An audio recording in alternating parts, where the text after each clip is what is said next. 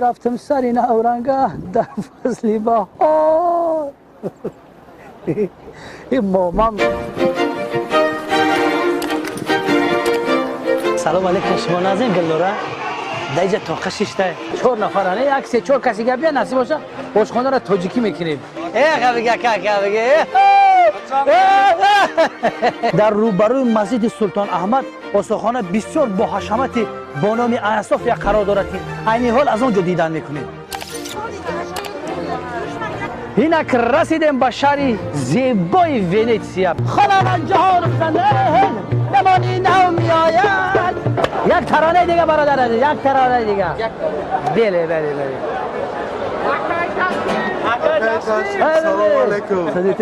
سلام علیکم.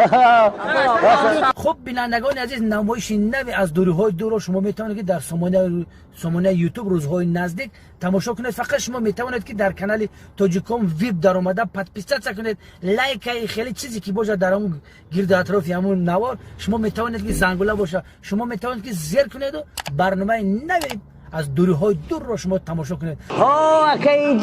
نیها و هر یک برنامه نوی که میپرتیم ما در کانال تاجیکوم ویب ارسال میکنیم. شما میتونید که فقط تماشا کنید، پس بیشتر کنید. ما با شماییم. میگشت گردی خانه برداشت ربابه میزده یک ترانه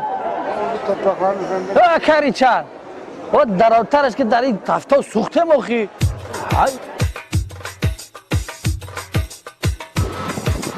از داخل به بیرون قریب 4 کیلومتر قدم زدیم.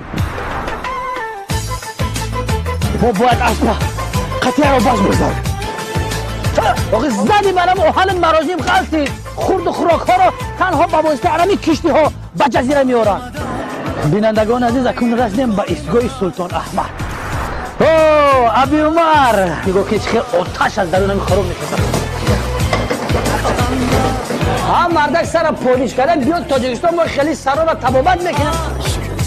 ابی نشما شرک اشتیماله سرپرستی برنامه امروزه این ماه رزینای نکسه و اکاملتی برسه